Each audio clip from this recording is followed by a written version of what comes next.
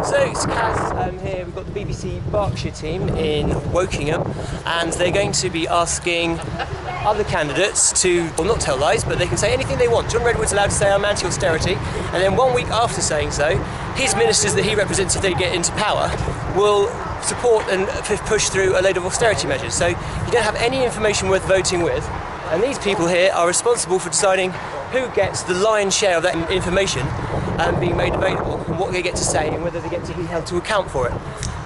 And you pay for it. And you're a candidate, you heavily. What do you reckon, Andy? Should I be in the debate? I would. Sorry, Phil. I would not like to tell the media what to do. Oh gosh, you're such a politician. Okay. So anyway, these guys don't think I should debate. The other candidates think that's the fair and just thing to do. Brilliant, isn't it? By the way, don't you think I should be part of the debate?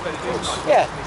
But they did say they wouldn't allow the independents in the other areas, and that wouldn't be fair on them. How that works, I don't know. Depending how many, but why? Why? I can see the justification if there was 10 independents. I'm the only independent in Reading and Berkshire. In Reading and Wokingham. Reading West. Reading West. Fewer independents than last time. So you've got your choices really. You've got someone who is opting in to parliamentary recall, or you've got everybody else who is about to tell you something that they are refusing you any right to hold them to account over. So, a little while ago I asked John Redwood, he's been a director of lots of financially invested companies. I consider those to be a conflict of interest.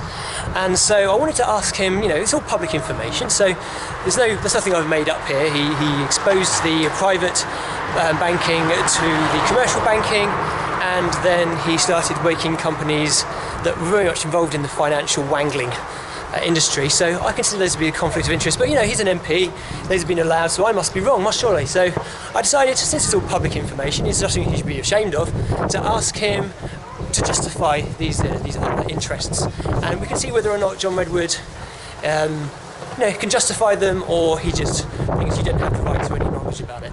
Right, and here we go.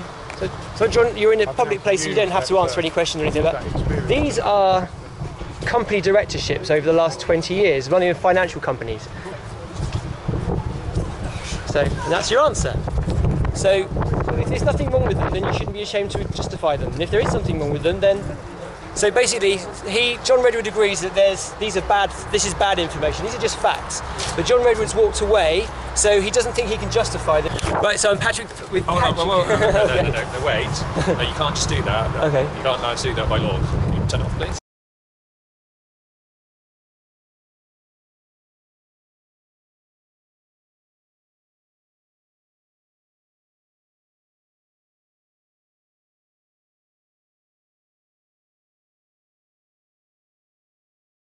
This is a private conversation. Oh no, I'm having a public conversation. Okay, so you've refused to intervene in the debate. No, you're in a public place. Can we line out something? You're from the BBC. You refuse to include me in the... What I would like to do is discuss what you want to ask me first, which is standard practice.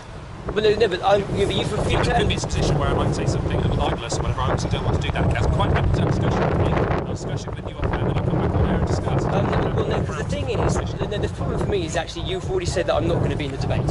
Well, there's only 5 people become 6. You represent you're the public, the BBC's political correspondent. I'm the only candidate who's actually committing to anything they've said, which is an issue that, at least 40% of the public are annoyed with. And so my question here is, how can you be a servant of the public and then deny them that right to having a fair information? So you don't have to answer this question, obviously, but you will be on camera not answering it, because you've asked me to turn up to something you've arranged, and you've decided that I'm not going to be involved in it. Well, I invite you along, Kaz, to do an interview for us on air. I had to chase for that. Yes, we're going to drop it into air as we discussed. You agreed that you were happy to do a minute with us. Yes, and thank you for that. Which we've just done. I know you're happy about that. We've put you on our Facebook page. We're going to do that, and we've also recorded the audio, which we will drop into the debate. Right. That was along the lines of the conversation we had at the end of last week. You were quite happy with that, as far as I remember. Yes, but I did intend to come and do this so that I could find out why it was I've been denied access to the actual debate. I've said what I'm going to say, Kaz, so that's as far as we go. So if I remember rightly, it's because the actual law states that everybody who is in a party, a major party, has to have equal space, but there is actually nothing denying that they that you have to exclude other people who are not in a major party, but that's still your personal choice.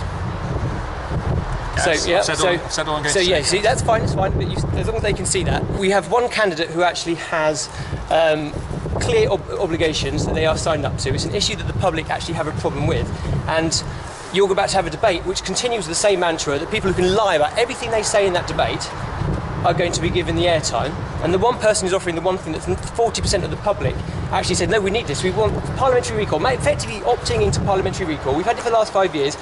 The absence of parliamentary recall after 5 years of people saying they want parliamentary recall, and all of our candidates will say they want parliamentary recall, but they won't even opt into it, is actually a major issue because we don't have any information to vote with. We depend on you to give us that information worth voting with, and you refuse to even ask those people the question, will they even sign a contract? You said you'd ask them a question, I love it. Why won't they sign a contract to list just those policies that come with the vote back guarantee? I'd love it if you asked that in the actual interview. As I explained, we're going to play the audio out, Yep. and Andrew will explain off the back of it exactly what it was, and he'll put that to the candidate. Well, if you do put that to the candidate, you'd have proved yourselves at least halfway into the battle, because that's all I want. That's what I was always going to do, Kaz. Right. That was a discussion we had at the end of last You didn't week. actually say you'd ask them this, to sign this contract. They're obviously going to. I'm not going to ask them to sign a contract because that's not my job to do that. I'm going to put this No, to why them. they don't sign a contract, that opts into parliamentary recall, because they're not passing it in law. If they won't pass the law, we have to get the public to pass it as a law by forcing them to do it.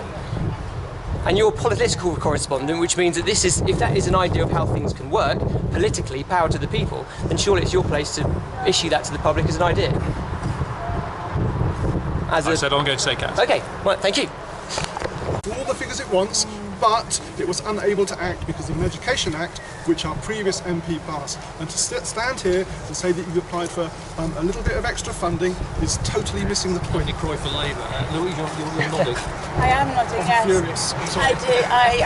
I was nodding with Lib Dems, I was nodding with the... So, there we have, we've got politicians saying any old rubbish to say what they've done in the past. It's not solving the problems. If you look down at my actual policies, I've got a sensible solution to this, which would be one where they build a house that doesn't take priority, it falls lower in the catchment setting than houses or families that have been living in the area already. So if you start a family, or you buy a house near a school, a mile from a school that you should be able to get into, and then your children grow up and they get ready to go to that school.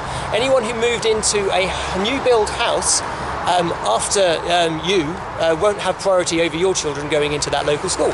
So that would encourage developers to resolve issues and think about where they put their houses in relation to schools, much more rather than where they can get a bit of cheap land and then try to get planning permission on, because they won't be able to sell the house for 20 years to a family. 4, 3. Hi everybody, the reason I'm standing is I couldn't get the other candidates to commit to anything that they say they're going to do. The reason I stood is I asked them if they would just list just those policies that they're willing to offer a vote back guarantee on, so that we don't have to have this perpetual situation where they lie, they say one thing, do another. So you've got John Redwood voting against the gay marriage bill but signing a pledge for trans manifesto. These kind of scenarios. He's about to introduce austerity even though he said he's against it, or the ministers around him will. So I signed a contract so that you can pause this and read it at some point, so that whatever I put in my manifesto, you can actually rely on me to call for and support in Parliament. You should never vote for anyone who's not willing to give you that.